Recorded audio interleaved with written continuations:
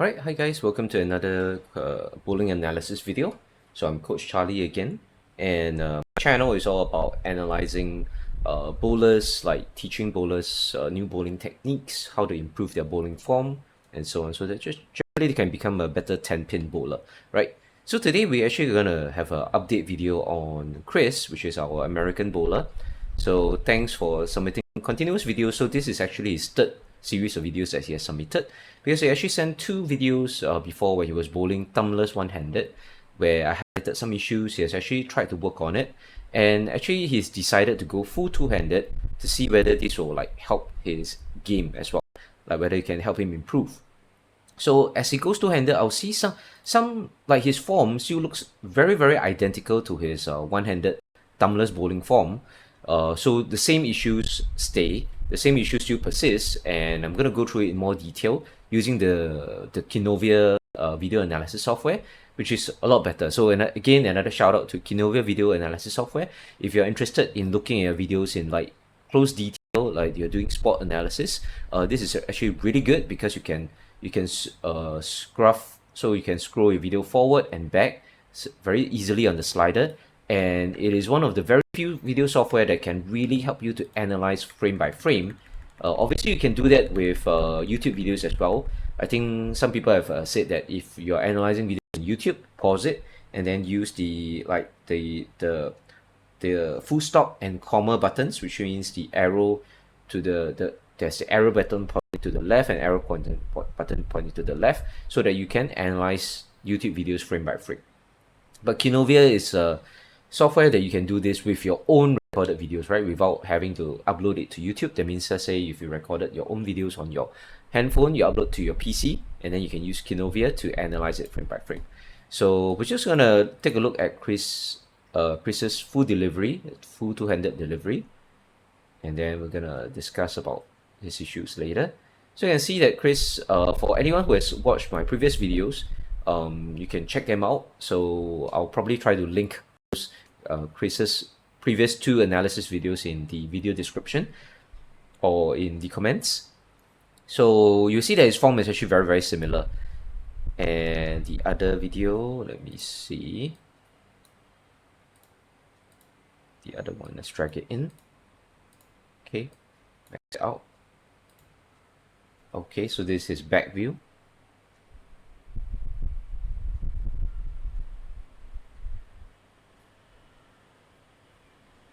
Okay, you can see that there's a lag. There's quite a lack of backswing. Let's pull out my pen software.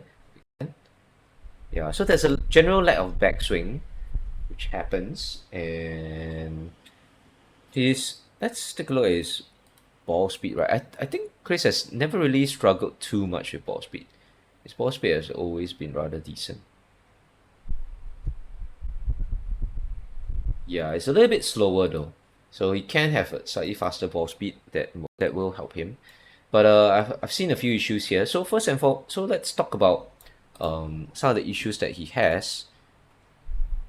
Go back to the earlier video, drag it in. Okay, and you can zoom it in, right? So Chris has what we call delayed ball placement timing, which is actually what I recommend for two-handers and actually all modern bowlers, right? Even if you're a one-handed bowler, I will also still recommend this timing, because when you delay your ball placement, that means you move your ball after your second step. You actually makes it easier for you to get a delayed timing during your release. And the delayed timing during your release means that we want the left leg to actually slide here first. So your left leg to stop sliding before your hand comes into the release window. So this is such that it gives the bowler a little bit more stability at the foul line, and they could like go under the ball, they could get their fingers under the ball a little bit more, and they can generate more revs without losing balance at the foul line. Okay, so let's play. So let's take a look at his 5-step approach. Okay, first and foremost is that the position of Chris's non-bowling hand is that I would recommend that he has his non-bowling hand directly in front of the ball. Maybe I can use a finer brush here. Directly his non-bowling hand in front of the ball instead of to the side of the ball. Generally, I recommend this because it gives the bowler a little bit more, you will feel a little more stability during the swing. Like you have better control of your ball in the swing, and it just feels a bit more stable.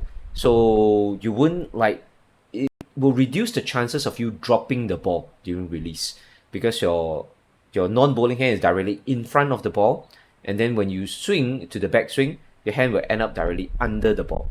So it's a lot more stable than having your hand to the side. Because if you have your hand to the side, like what Chris is doing now, during his backswing, right, or the bottom of his downswing, his left hand non-bowling hand will still be beside the ball and not be under the ball. So that will like provide a little bit of instability, like he won't be able to support the ball as well during the backswing. Okay, so that's issue number one. Okay, so you can see that Chris moves the ball after his second step, right? So his first step. So another issue is that his footwork, right, is really, really big. Like you can see here, the length of his first two steps. So Chris is, I think he's a decently tall dude. I can't really see his height. But even for his height, right, he doesn't need to have such big first two steps. You can see the length of his first two steps. He's like almost, yeah, it's just way too big. Like if you're talking about your casual walking style, right, a person would very seldomly walk such a long big distance, right, in between the such a long stride, right, unless you're like trying to walk really, really fast. So and then you look at his second step, like he's going such a big stride, right, with his second step. You can see that his heel is like stretching forward, right, on the second step as well. So this is really, really big strides. So what I would recommend is that for Chris to think of the first two steps of the approach. I just recently uploaded a short about the first two steps of the approach in my channel, so you guys can check that out. But I seriously recommend that he shortened his strides, right, by more than half. Let's like half here, and then the second step to be another half step here. So we talk about half, not saying it's not really like half a step, but half of his current steps. He's like taking two big strides. And these two big strides, right, will make it harder for him to do weight transfer, upper body weight transfer, because it'll be harder, right, for his upper body to lean forward, to go beyond, for like to shift his center of gravity to go beyond his right foot. Because in order for you to start creating momentum forward, you have to shift your upper body center of gravity to go beyond your right foot in order for you to feel that momentum leaning forward, and then it will help you to generate more ball speed there. So Chris definitely has to think of walking very as casually as possible for his first two steps. Just think of it as you're just carrying the ball and you're just walking casually, like from maybe like when you're transporting the ball between like one lane to the next, right? So if you're just carrying the ball and you're not bowling, you're just trying to like carrying the ball from one lane to the next, or just carrying the ball from your bowling bag to the bowling rack here, like you're just walking very casually, like small natural steps, right? You want to walk small natural steps on the first two steps of your approach as well. So that is another issue that I would like Chris to change. Other than that, his back is somewhat straight. You can see that he's already leaning forward a little bit earlier, and the reason he's doing this is because his steps are just way too big. Yeah, he's leaning forward because his steps are way too big, and he's actually struggling to get his center of gravity to go beyond his right foot. So which is why he actually leans forward a little bit too early. Here's what we call early weight transfer, early upper body weight transfer, and I think it's due in fact to how big his strides are. So other issues, okay. The third issue here, let me zoom in a bit further, is that he is moving his ball placement way too high, because since he has already sufficiently delayed his ball placement timing, right? So you can see here how high he moves his ball here. Okay, I'm gonna just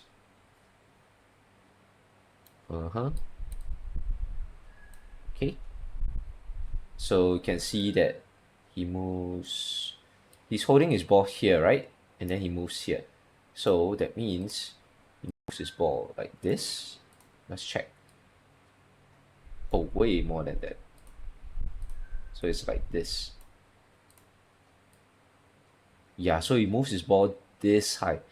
What I would like to see Chris do instead is move the ball just slightly higher, slightly forward as well. like something like this instead. A lot more compact, a lot more compact and a lot lower. Like just to like lift the ball just a little bit and then let it drop quickly into the swing, because you want to start your swing a little bit faster. So what this is causing Chris to have is causing Chris to have late timing because of how high he moves his ball in the in the ball placement. So how we determine late timing, right, is when we look at the third step, which where Chris here, once he lands his heel, right, like he's going into the third step here, you can see that once he lands his weight, lands his third step, you can see he's going into his third step. So here, ideally, right, with one delayed timing, the ball should be going here. Let me draw a line here, like maybe put a circle. The ball should have been here. So his arms should be this low. But you can see right now, what's happening is that Chris's arms are still here. It's still way too late, right? And his ball is still so late. So it has caused him to have late timing on his third step. So instead we want his, during the third step, the ball to be way lower in the swing. And that can be you can create that by moving the ball placement a lot lower. So initially when he moves his ball during the ball placement, to not push as high, just sort of like lift a little bit and go forward instead.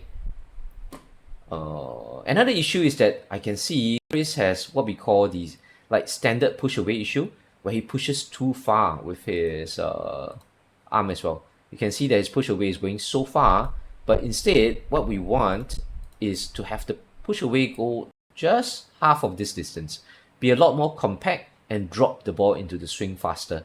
Because actually we want the swing to be a little bit more compact, a little bit smoother. When he's pushing so far away, right, first it causes an imbalance of his body. Like it causes, because the weight of the ball is now here, right? So it causes him to like pull his body back, because he will subconsciously try to delay his upper body weight transfer, because the weight of the ball is pulling down and he's trying to like support the ball, right? So the ball is like too far. So instead we want the ball to be dropping here, right? A lot lower and a lot closer to his body. Okay, so another issue for that. Yep, so this causes like late timing on the swing. And then if we look at, it goes into the slide. So generally, I think Chris is led into doing this late timing because he feels that this is how he can delay his swing, because he doesn't have a high backswing. His backswing is like really, really low, right? And for two-handers, actually, your backswing can be low. It's okay to have your backswing low, but you actually need to have faster footwork, because you want your swing to go faster, because you want it to be in sync when you go in with a faster footwork. So if you actually let this play in real time, right, Chris's footwork is not too slow, but kind of on the slow end. Like it's not fast enough. So let's zoom out a little bit. So the ball return machine is actually kind of blocking it here. Yeah, I would love it if Chris can actually position his camera from this side. Like if there's no bowlers, right, bowling on the right side of the lane, maybe just position his camera here for maybe like 1 or maybe even 3 shots, and then he can record himself doing 3 full shots, right, from the right before he removes the camera from there. Because this angle is just not as useful. As you can see, a lot of the ball return, the seats, everything is kind of blocking it. So you can just put it like maybe 3 to 4 lanes down on the right if there's no bowlers there, and then he can get a better shot of his form on the right hand side. Yeah, so his footwork is not the fastest, and he actually, to get like better ball speed, right, he actually needs to speed up his footwork a little bit faster. And if he speeds up his ball speed his footwork faster, then he can actually get to the foul line without delaying his without pushing his ball so high up during the ball placement. Okay, another issue that I see here, let's zoom in again, is that Chris doesn't get under the ball here. So you can see here, if we look at Chris's hand, like he gets behind the ball, But what I would prefer for him is to have his right hand get under the ball. So he can get under the ball more, and then he has better control and he can generate more revolutions, get a higher ref rate on his release. Because the more you get your fingers under the ball, the more you cover, like the more circumference of the ball you cover upon release, and the higher your ref rate goes.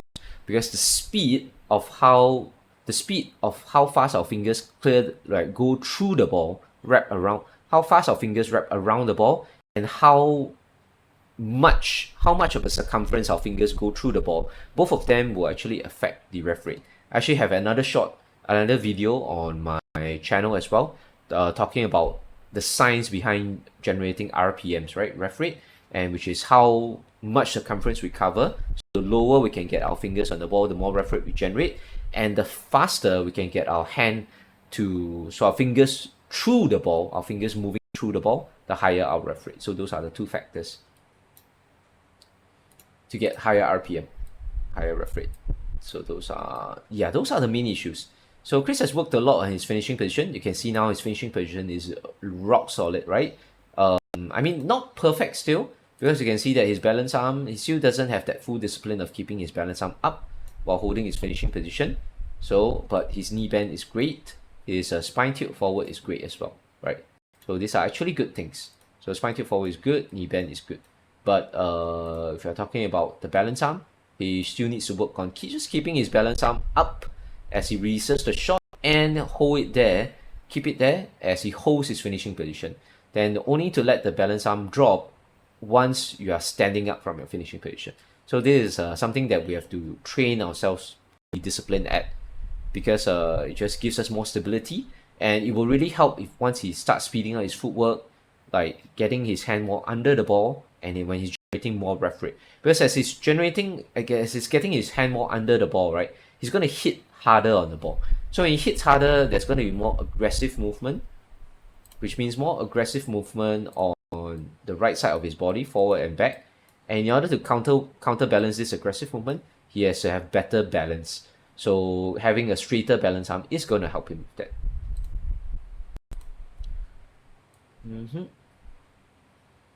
Yep, so generally those are the things I can see that he can work on immediately. And in order to speed up the footwork, I've actually shown some drills. So let's see if I can still have the drills on hand.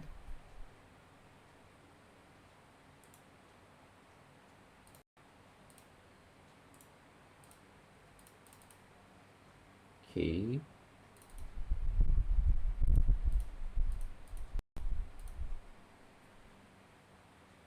Yep, so I think this one. So this is a drill that bowlers can do to try and speed up their last 3 steps, which is just without the ball first, just work on tilting your upper body forward. So as you tilt your upper body forward, your ball goes down, right? Bowling hand goes down. And as you tilt forward, just let your right foot, which is here, the right foot here, come in to support your weight, and then quickly go into a slide. So you want this 3-step movement to go as fast as you can, so to get used to generating faster last 3 steps. Okay, so it's something like a skip step, but not necessarily. So you can see that I almost skip step here, but it still looks like, yeah, I'm not going full sideways, right? So usually bowlers will do a skip step if their hips are like way more sideways. So if their hips are like a lot more open, and then they will go into a skip step.